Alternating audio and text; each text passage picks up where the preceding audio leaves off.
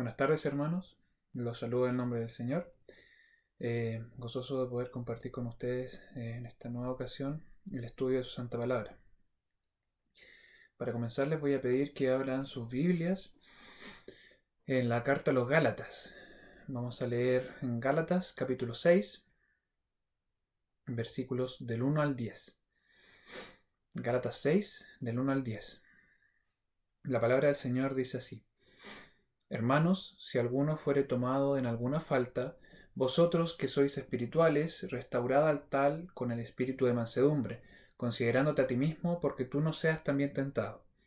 Sobrellevad los unos las cargas de los otros, y cumplid así la ley de Cristo. Porque el que estima de sí que es algo no siendo nada, a sí mismo se engaña. Así que cada uno examine su obra, y entonces tendrá gloria solo respecto de sí mismo y no en otro. Porque cada cual llevará su carga. Y el que es enseñado en la palabra, comuniquen todos los bienes al que lo instruye. No os engañéis, Dios no puede ser burlado, que todo lo que el hombre sembrare, eso también segará. Porque el que siembra para su carne, de la carne segará corrupción, mas el que siembra para el espíritu, del espíritu segará vida eterna. No nos cansemos, pues, de hacer bien, que a su tiempo segaremos, si no hubiéremos desmayado. Así que, entre tanto que tenemos tiempo, hagamos bien a todos, y mayormente a los domésticos de la fe. Señor, bendiga su santa palabra. Me gustaría que en esta tarde pudiésemos meditar brevemente la palabra del Señor, manteniéndonos dentro del contexto que estamos viviendo, en el caso de Chillán, de cuarentena ya total, pero en el caso de enfermedad, de pandemia, donde de una u otra forma nos vemos afectados, ya sea a nivel un familiar, un cercano, nosotros mismos podemos estar enfermos, podemos estar graves, pero todos nos vemos afectados de una u otra forma. En este contexto, si hay un proceso que hemos padecido todos a raíz de esto, es que nos recogemos. Todos de una u otra manera, los más duros, los más blandos, más sentimental, más racional, todos nos hemos recogido. Hemos sacado las cosas innecesarias de nuestra vida y nos hemos enfocado en las más necesarias. Nos hemos recogido en la intimidad. Nos hemos encargado de que nuestro contexto cercano esté bien y con eso nos conformamos. Nos hemos escondido, por así decirlo, con miedo, hasta donde lleguen nuestros brazos, agarramos a nuestra familia, a nuestros seres queridos y nos aseguramos que todos estemos bien. Mientras el resto del mundo va avanzando, nos hemos recogido. Hemos cuidado en sobremanera a nuestra familia, a nuestros seres queridos. Y en esta tarde quiero proponer la pregunta de ¿quién es nuestra familia? Si nos hemos recogido en nuestro ambiente familiar íntimo, mi pregunta es ¿quién es realmente esta familia? ¿Quién es nuestra familia? Por eso que los invito a esta tarde a poder estudiar brevemente sobre el amor fraternal. El amor fraternal. Para esto, en primer lugar, analicemos a la iglesia. Analicemos la iglesia. La iglesia es un solo cuerpo. Aun cuando somos muchas personas, son variados los pasajes en el Nuevo Testamento en que se refieren a la iglesia como un solo cuerpo. En primer lugar, la iglesia es comprada por precio. Fue comprada con un precio tal que el mismo Hijo de Dios, Jesucristo, murió para comprar el valor del pecado que debía ser pagado. Efesios 5, 25 al 27 dice: Cristo amó a la iglesia y se entregó a sí mismo por ella, para santificarla, limpiándola en el lavacro del agua por la palabra, para presentársela gloriosa para sí, una iglesia que no tuviese mancha, ni arruga, ni cosa semejante, sino que fuese santa y sin mancha. Entonces, en primer lugar, la iglesia, que es un solo cuerpo, fue comprada por precio, y por el precio precioso de la sangre de Cristo. Por ende, tuvo un gran costo, un costo altísimo. No debemos menospreciar lo que significa el cuerpo de la iglesia, ya que fue Cristo el que murió por ella, y hace la similitud aquí y en varios otros pasajes de una novia a un novio, de una esposa a un esposo. Y Cristo amó a la iglesia como el esposo debe amar a la esposa, hasta el sacrificio, y se entregó a sí mismo por ella. En segundo lugar, la iglesia, que es un solo cuerpo, involucra un abandono de nuestros círculos cercanos naturales. Esto es un poco complejo de entender porque la verdad es que es una medida un poco difícil. El Señor, cuando estaba buscando discípulos en la tierra, los estaba llamando, Él hablaba sobre lo importante de dejar nuestras labores diarias, dejar nuestra vida pasada y dejando todo, seguirlo. El Señor decía de que ninguno que ponía las manos en el arado, que realmente quería trabajar para Él y seguirle como siervo, miraba atrás, esa persona no era digna. Y dentro de este mismo contexto, en Lucas 14:26 dice, si alguno viene a mí y no aborrece a su padre y madre y mujer e hijos y hermanos y hermanas, y aún también su propia vida, no puede ser mi discípulo. ¿Significa esto de que debemos aborrecer, odiar a nuestro padre, a nuestra madre, a nuestra mujer, nuestros hijos, hermanos, inclusive nuestra propia vida? No, en ninguna manera. Sino que seguir al Señor significa poner sus asuntos en primer lugar. En primer lugar, que nada más llene nuestra vida como la llena la iglesia, como llena el servicio a Cristo y por consiguiente a la iglesia. Nuestro servicio en la iglesia, nuestra vida en la iglesia, involucra una esfera superior. Y antes de seguir avanzando, quiero hacer una pausa en este punto. Debido al contexto que estamos viviendo, nos recogemos todos en nuestra intimidad familiar. Pero el Señor nos dice que su pueblo, su iglesia, que fue adquirida por su sangre preciosa, involucra inclusive una preocupación superior. Antes de continuar con el estudio, tenemos que entender bien este punto. Es una medida muy difícil. Es muy difícil decir, usted ama a su madre, debe amar aún más a las hermanas de la iglesia. Usted ama a su hermano, debe amar aún más a los jóvenes de la iglesia. Pero esta es la medida que pone el Señor para nosotros. Porque finalmente nuestra vida terrenal es efímera. 80 años, 70 años, los más robustos hoy en día 90 años, versus la eternidad.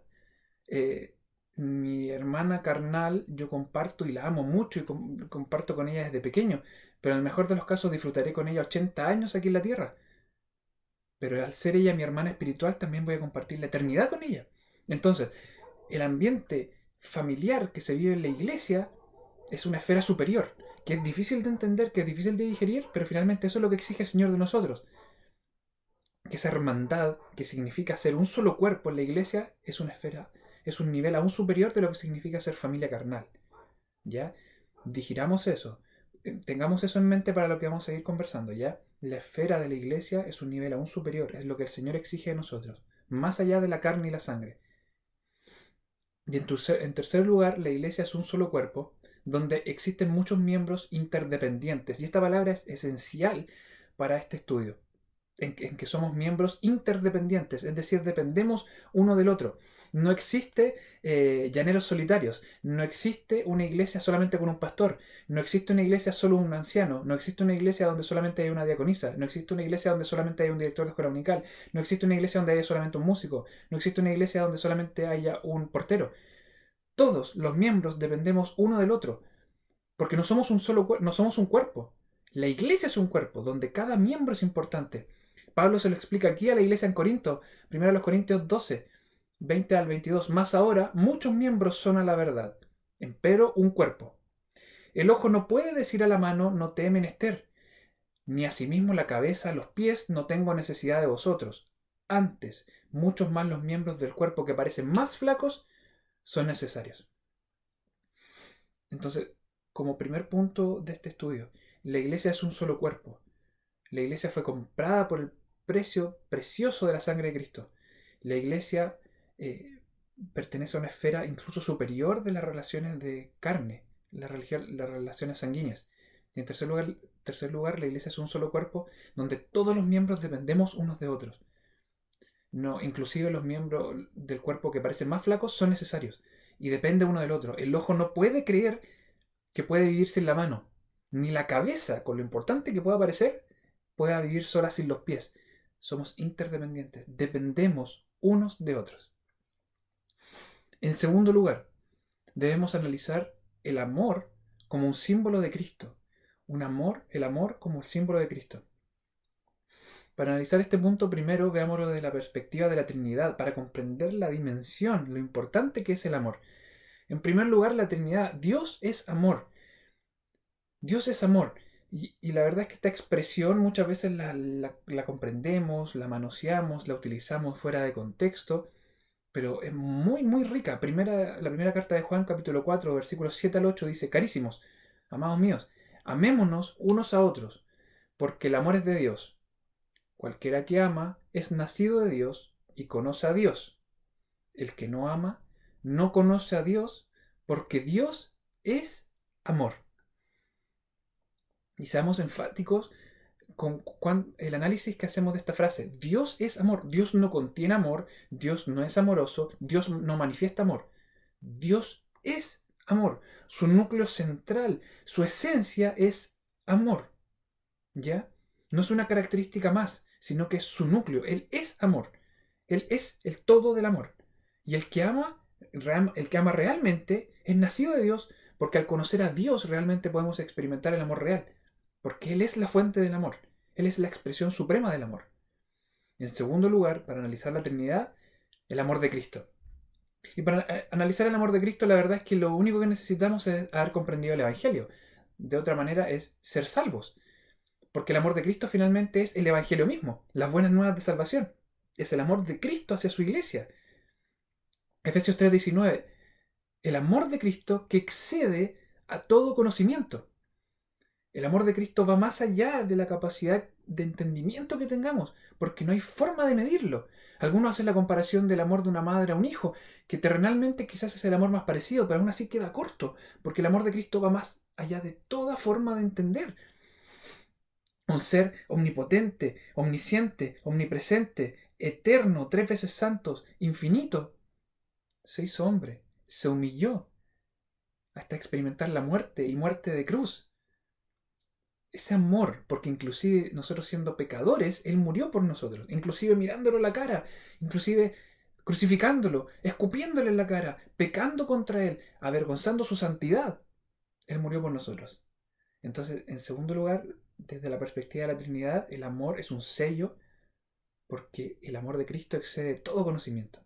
Y en tercer lugar, la Trinidad, el Consolador, el intercesor, el que nos consuela, el Espíritu Santo que el Señor envió, porque su iglesia, recientemente conformada como tal en el Nuevo Testamento, se encontraba triste porque su Salvador, cuyo amor excede todo conocimiento, se iba.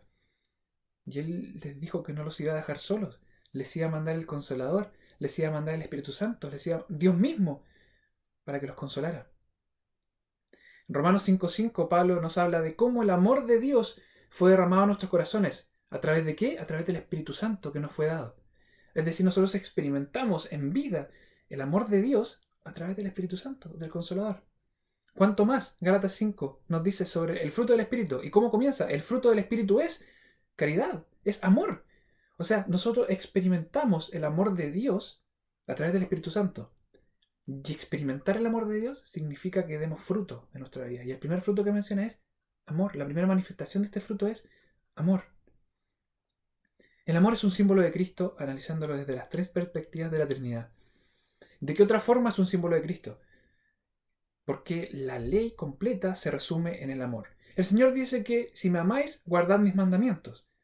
Es decir, amar a Dios significa obedecerle. Y cuando analizamos la ley, sus mandamientos en general, comprendemos que se resumen en el amor. Romanos 13, 8 al 10 dice, no debáis a nadie nada, sino amaros unos a otros. Porque el que ama al prójimo cumplió la ley. Porque no adulterarás, no matarás, no hurtarás, no dirás falso testimonio, no codiciarás. Y si hay algún otro mandamiento, en esta sentencia se comprende sumariamente. Amarás a tu prójimo como a ti mismo. La caridad no hace mal al prójimo, así que el cumplimiento de la ley es la caridad, es el amor.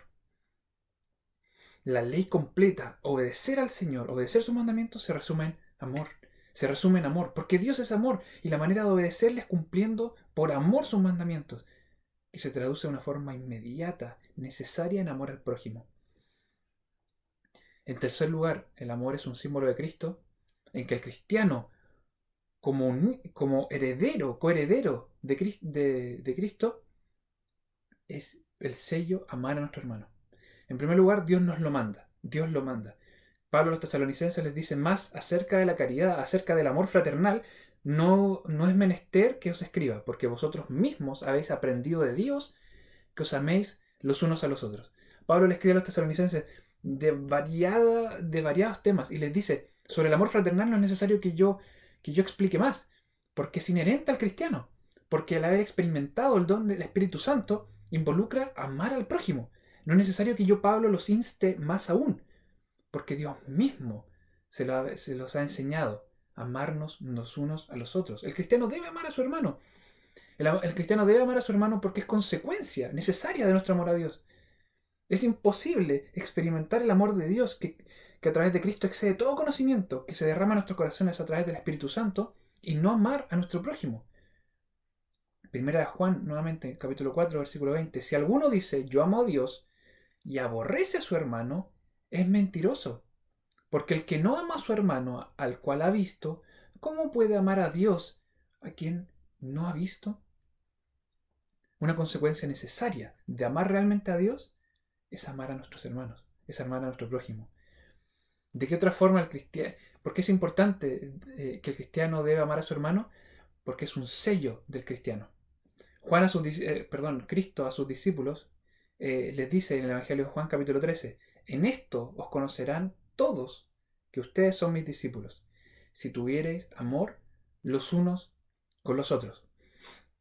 Muchas veces especulamos sobre cuál es el sello del cristiano, sobre cómo nos reconocen en el trabajo, una manera de vestir, una manera de hablar, una manera de referirse. Sí, puede ser, pero eso es contextual. La verdad es que estemos acostumbrados a que si nos vestimos de cierta manera parezcamos cristianos, eso depende de un contexto, depende de una convención, depende a lo que hemos decidido como iglesia está relativamente aceptado. Pero un cristiano no se reconoce en África de la misma manera, ni en Centroamérica, ni en Brasil. Las vestimentas son distintas, la manera de referirse son distintas. ¿Cuál es el sello? ¿Cuál es la forma de atestiguar de que una persona realmente crea que somos hijos de Dios? ¿Que somos siervos, discípulos de Cristo? En que nos amamos los unos a los otros. Es que experimentamos un amor real, un amor sincero, los unos por los otros. Este es el sello del cristiano. El amor que sentimos entre nosotros es lo que nos caracteriza. Tercer punto y último.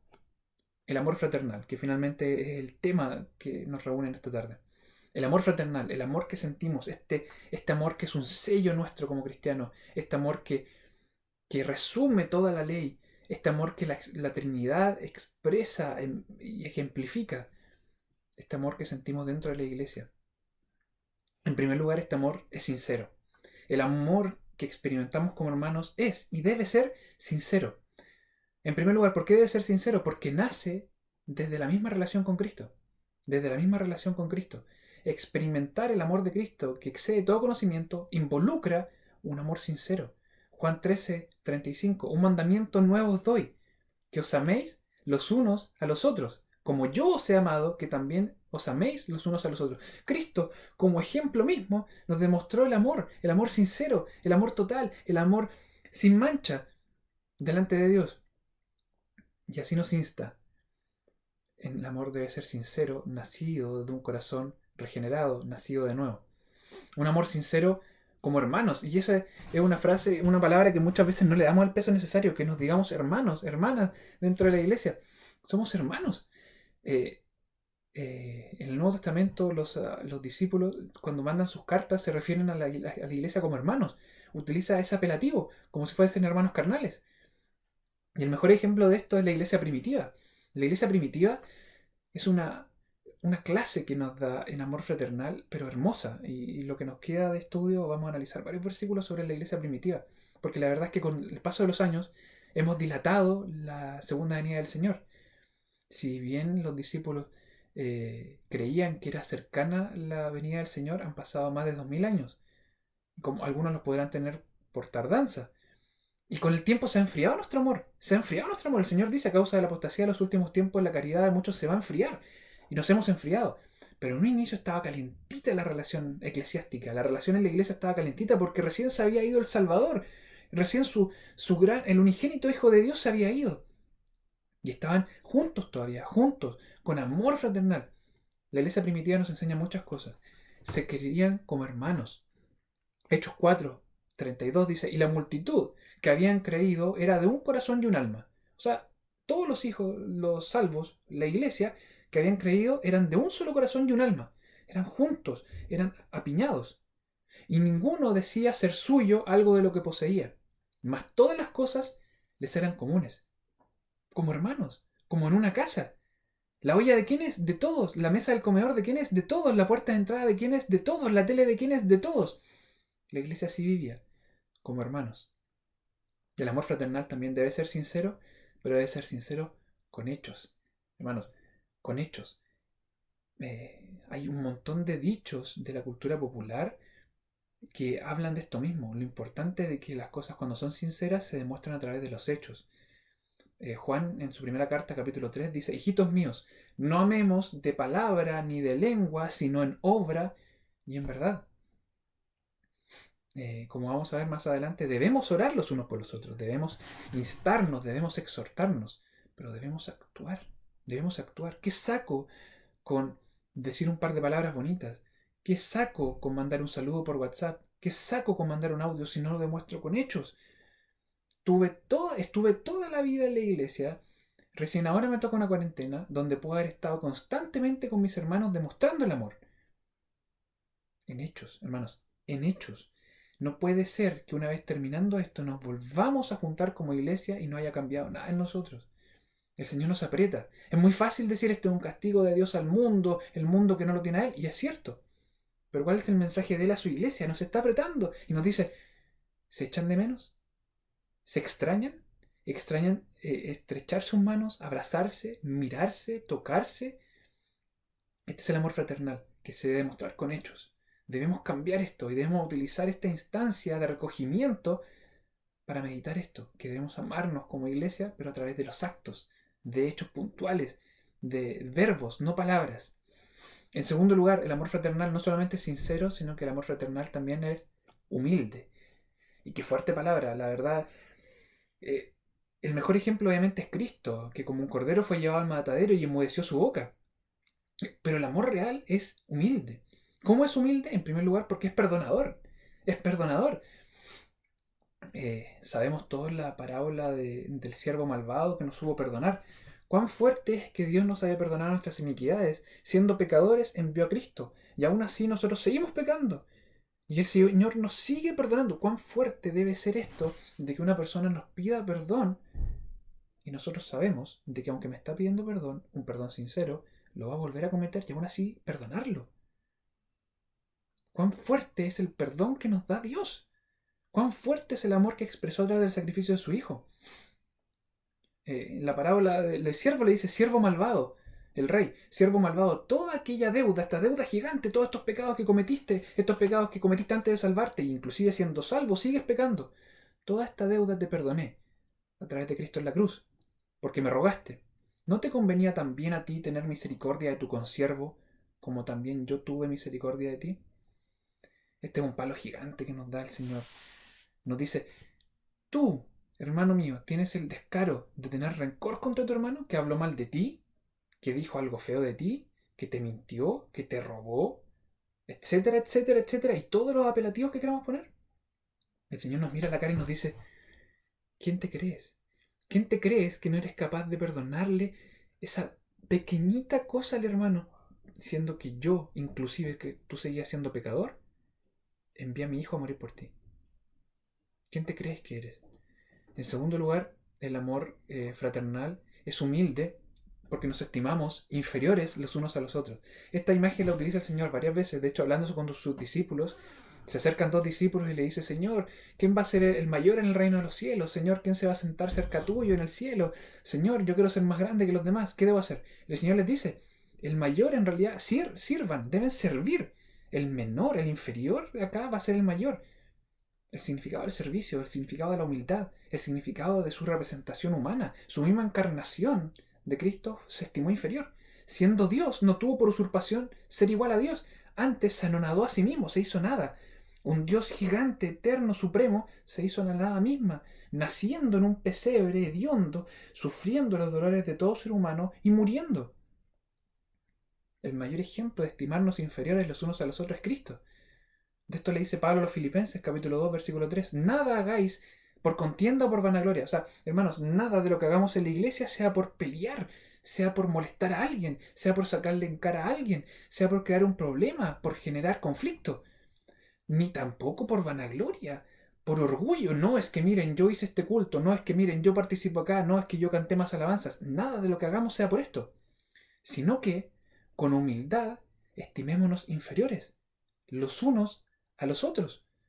como miembros interdependientes, donde la cabeza no le puede decir al pie, yo puedo vivir sin ti. Al contrario, debemos apreciar cada uno la repartición de dones dentro de la iglesia y todos juntos remar para el mismo lado como un solo cuerpo, estimándonos inferiores con humildad.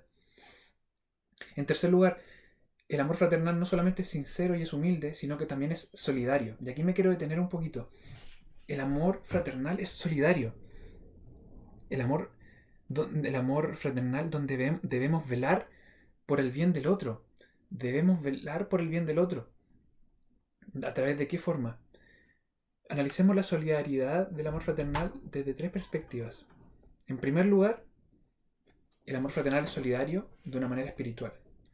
La solidaridad espiritual que debemos tener como hermanos, en primer lugar es redarguirnos. Redarguirnos. Santiago 5:16 dice, confesaos vuestras faltas unos a otros. Y esta es una práctica que no tenemos, porque qué vergüenza tener que yo pararme delante de la iglesia y decir, hermano, yo he pecado, hermano, yo le mentí a este hermano, yo en el trabajo robé, hermano, yo despedí injustificadamente a alguien, hermano, yo estafé a alguien, hermano, yo le mentí a mi señora. Estamos mal acostumbrados a que los únicos dos pecados que se confiesan delante son los pecados sexuales y en uno que otro caso el alcoholismo. Y ningún pecado más. Hermano, yo me enojé terriblemente con un hermano. Yo insulté a un hermano. Hermano, yo peleé a alguien. Hermano, yo he murmurado. Perdimos esta práctica.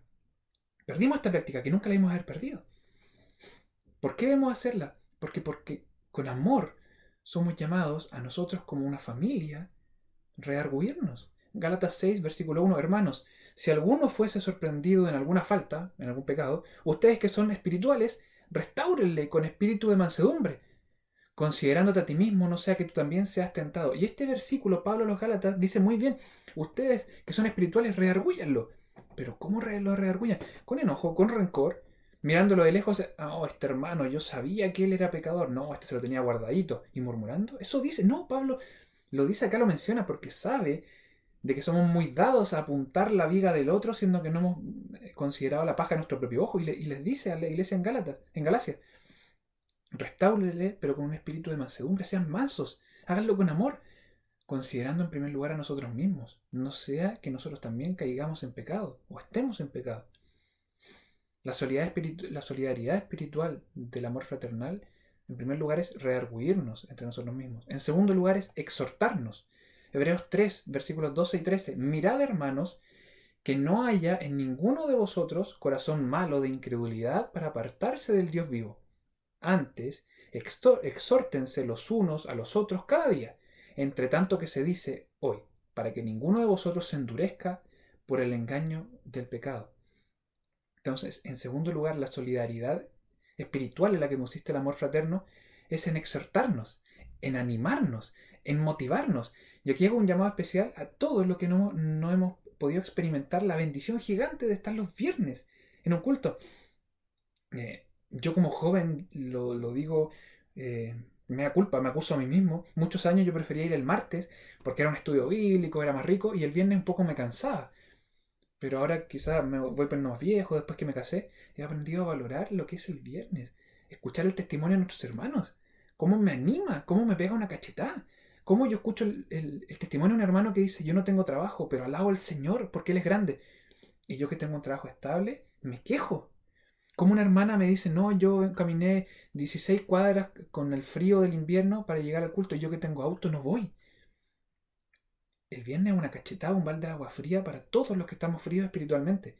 Porque en segundo lugar, la solidaridad espiritual consiste en animarnos, en exhortarnos, en motivarnos, porque somos como una familia.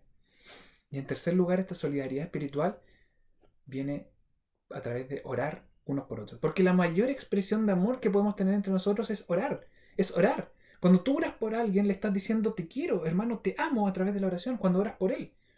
La mayor expresión de amor que podemos tener es orar por esa persona.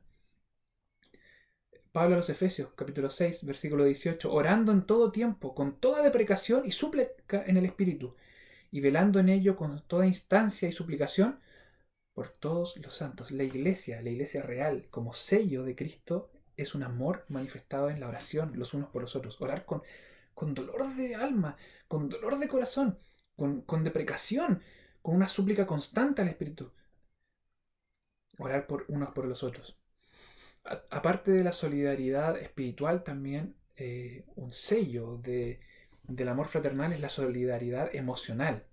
La solidaridad emocional, que en pocas palabras consiste en sentir lo que el otro siente, en sentir empatía, en no decir yo estoy bien, mi círculo familiar está bien y el resto me da lo mismo. Ponerme en el lugar del otro. Sufrir como sufre una viuda con la partida de su esposo. Sufrir con el frío que sufre un niño cuando sus padres no están cerca. Sufrir lo que sufre una esposa cuando su esposo está internado en el hospital y no puede estar con él. Sufrir lo que siente un hermano cuando tiene la partida de un ser querido. Eso es empatía, eso es solidaridad emocional, en sentir lo que mi hermano siente. Filipenses 2, 2 y 4. Cumplid mi gozo, que sintáis lo mismo, teniendo el mismo amor, unánime, siendo uno, sintiendo una misma cosa. O sea, teniendo un mismo corazón. Un mismo corazón. La iglesia de Filadelfia se duele, la iglesia de Chillán se duele, porque nuestros 7 hermanos de la iglesia de Nueva Jerusalén lo están pasando mal. Y nosotros no podemos estar contentos. Nos duele, como si estuviésemos enfermos nosotros. Continúa Pablo a los Filipenses, no mirando cada uno a lo suyo propio, sino cada cual también al de los otros. O sea, no siendo egoístas, no diciendo ya yo estoy bien y punto se acabó, sino que yo no pueda estar bien si es que mi hermano está mal. Porque, en 1 Corintios, porque la manera que si un miembro se padece, todos los miembros se duelen. Péguese en un dedo al pie, a ver cómo le duele hasta los brazos. Como nuestro hermano que está en Arica, que está nuestra hermana Janet, que cuando estaba en pleno cáncer, cómo nos dolía, cómo nos debía doler, con pena, con dolor. No es necesario ser un familiar directo para poder sentir ese dolor de la familia. Por otro lado, y si un miembro es honrado, todos los miembros aún se gozan. ¿Cuán contentos estamos cuando sabemos que un hermano que no tenía trabajo encontró trabajo? ¿Cuán contentos estamos que un hermano fue bendecido porque su hijo pudo entrar a la universidad? ¿Cuán contentos estamos de un hermano que pudo ascender en su trabajo y recibe un mejor sueldo? Etcétera, etcétera. Eso es ser empáticos. Eso es solidaridad emocional que debemos sentir como un solo cuerpo. Y en tercer lugar, la solidaridad del amor fraternal se manifiesta de una manera física. De una manera física. La solidaridad física es muy importante comprender que no es solamente una palmada en la espalda. No solamente decir, usted hermano necesita remedios, órele al Señor, sí, órele.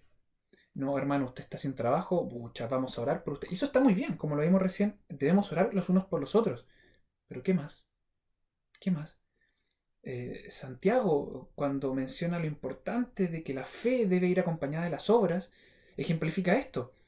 Porque uno dice, pero ¿cómo si la salvación es solamente por fe? Exacto, la salvación es solamente por fe. Pero si usted no tiene obras, ¿dónde está su fe? Santiago dice, yo te voy a mostrar mi fe por mis obras. De la misma manera, si yo amo a mi hermano, perfecto, yo oro por él, con fe. Pero ¿a través de qué obras? Santiago 2, 14 al 16, hermanos míos, ¿qué aprovechará si alguno dice que tiene fe y no tiene obras? Como recién les estaba diciendo. ¿Podrá la fe salvarle? Y si el hermano o la hermana están desnudos y tienen necesidad del mantenimiento de cada día, y alguno de vosotros les dice, id en paz, calentaos y hartaos, pero no le diereis las cosas que son necesarias para el cuerpo, ¿qué aprovechará? En pocas palabras, Jacobo, Santiago está diciendo, ¿cómo pueden decir ustedes que realmente son salvos? ¿Cómo pueden decir ustedes que han experimentado el amor de Dios a través de su Hijo si ven a su hermano en necesidad y no hacen nada? No hacen nada. Escribimos en el celular y diciendo, uy, qué pena.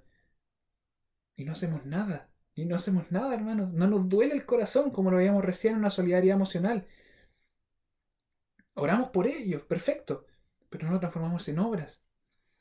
Como les decía antes, la iglesia primitiva tenía todas las cosas en común. Y ninguno decía ser suyo algo de lo que poseía, más todas las cosas les eran comunes. Hermano, a usted le falta mantequilla. Yo tengo mantequilla, tome suya. Hermano, usted no tiene donde dormir. Adelante, mi pieza es suya. Hermano, usted quiere ver tele. Adelante, mi tele es suya. Hermano, usted no tiene que comer. Venga, pasa al refrigerador, es suyo. Así lo hacía la iglesia primitiva. Así lo hacía la iglesia primitiva. Y los apóstoles daban testimonio de la resurrección del Señor Jesús con gran esfuerzo. Y gran gracia eran todos ellos. Que ninguno necesitado había entre todos ellos. Imagínense. En la iglesia primitiva no había ningún solo necesitado. ¿Por qué? Porque todos los que poseían heredades o casas, los que tenían más plata, vendiéndolas, traían el precio de lo vendido y lo ponían a los pies de los apóstoles. Y los apóstoles repartían a cada uno según la necesidad. Guarda silencio un segundo. ponga atención a las palabras de cómo era la iglesia primitiva y examinémonos a nosotros mismos. Hermanos, no había ningún solo necesitado, porque los que tenían menos buscaban en la iglesia ayuda y los que tenían más daban sus cosas. Y todos tenían sus cosas en común y los apóstoles las repartían. La solidaridad física. Dios le ha bendecido a usted con un trabajo estable. Gloria a Dios. Y los hermanos, que el Señor no los ha bendecido de esa manera, sino que el Señor los está haciendo pasar por una necesidad de trabajo. ¿Cuántos hermanos no están perdiendo su trabajo y temen por ello? Yo agradezco al Señor inmensamente porque tanto mi señora como yo trabajamos en educación y de una u otra manera dependemos del Estado. Y nuestro sueldo, creo, está asegurado por esta situación, pero las personas independientes, los trabajadores independientes, los emprendedores, los que dependen de un trabajo que en este momento no pueda seguir abierto, que esa persona, ese dueño de ese lugar no tenga ingresos. Usted ha sido bendito con un trabajo estable, usted tiene un trabajo estable, usted puede contar con su sueldo. ¿Cuántos hermanos que no pueden contar con eso? ¿Qué hacemos con eso? ¿Cómo ayudamos a los hermanos? En actos. Usted ha sido bendito con un auto. El Señor se lo dio. El Señor se lo dio. ¿Cuántos hermanos que no pueden ni salir en estos días? Que les cuesta un montón caminar porque no hay locomoción colectiva. O cuando hace frío. ¿Cómo van a salir de sus casas? Siendo que usted en un solo viaje en su auto pide un salvoconducto, puede ir al supermercado y puede ir a dejárselo a 10 o 15 hermanos. Y los hermanos tienen que caminar no sé cuántas cuadras para poder hacerlo. El Señor lo bendijo con un auto, entréguelo para el Señor. Quizás el Señor nos ha bendecido con la habilidad de cocinar. Quizás usted en este tiempo está acorazado con harina en su casa y va a hacer pan. ¿Por qué no guarda un poco y cocina pan para su hermano? Y dice y escribe: hermanos, el que quiera pan tengo acá. El Señor lo ha bendecido con un trabajo en una farmacia. Gloria al Señor por eso, cuán útil es en estos tiempos. El Señor lo ha bendecido con una profesión en el área de la salud. Póngalo al servicio del Señor. Quizás en su trabajo lo hace excelente. Quizás en su trabajo lo hace muy bien y tiene un trabajo muy abnegado. Póngalo al servicio del Señor en primer lugar. A los domésticos de la fe. Usted goza de una situación económica mejor por la mano del Señor. Póngalo al servicio del Señor a través de los hermanos. A través del amor al prójimo. El amor fraternal no solamente es sincero, es humilde, es solidario, sino que en último lugar es sacrificado. Es sacrificado. Y aquí vamos avanzando. O sea, en primer lugar, el amor fraternal es sincero, es humilde y es solidario. Pero en la máxima solidaridad es en el sacrificio. No es necesario darle muchas vueltas a esto porque aunque es difícil de vivir, si es que no es imposible de vivir, pero debemos hacerlo. Sabemos claramente que debemos hacerlo. Es por el ejemplo de Cristo. Porque no solamente nos amó, sino que sin que nosotros lo hubiésemos amado, Él ya nos amaba. Siendo pecadores, estando metidos en el barro mismo, Él nos salvó y Él murió por nosotros. La mejor manera de graficarlo es que nosotros estábamos felices en nuestro barro como chancho, y lo miramos y le escupimos, y despreciamos su amor. Y Él murió por nosotros. Romanos 5:8. Más Dios muestra su caridad para con nosotros, porque siendo aún pecadores, Cristo murió por nosotros. El amor fraternal es sacrificado. El mandamiento del Señor, Juan 15, 2 al 13. Este es mi mandamiento, que os améis los unos a los otros como yo os he amado, hablando Cristo. Nadie tiene mayor amor que este, que ponga alguno su vida por sus amigos. Nadie tiene mayor amor que este, que usted ponga su vida en amor por su hermano en la fe. Conclusión. El amor fraternal consiste en que como iglesia somos un solo cuerpo. El amor fraternal consiste en que debemos ser sinceros, un amor sincero, realmente sincero. Como muestra del sacrificio de Cristo debemos expresar el amor como un sello cristiano a través de la sinceridad. Debemos expresar un amor humilde. Debemos expresar un amor solidario en actos. Y debemos expresar un amor sacrificado. Pero el Señor nos dice en su palabra que a causa de la apostasía el amor de muchos, y me incluyo, se ha enfriado. Nuestro amor se ha enfriado. Nuestro amor fraternal, el cumplimiento de la ley se ha enfriado. Los invito, hermanos, a esta época de complicaciones, de recogimiento, de dolor, nos acerquemos más al Señor. Pero no nos contentemos con eso, porque recordemos, El acercarnos más al Señor involucra acercarnos más a nuestros hermanos. Es el momento de demostrar el amor cristiano. Es el momento de demostrar que amamos al Señor a través del amor a nuestro hermano. Vivámoslo, no de palabras, sino que de hechos. Que el Señor los bendiga.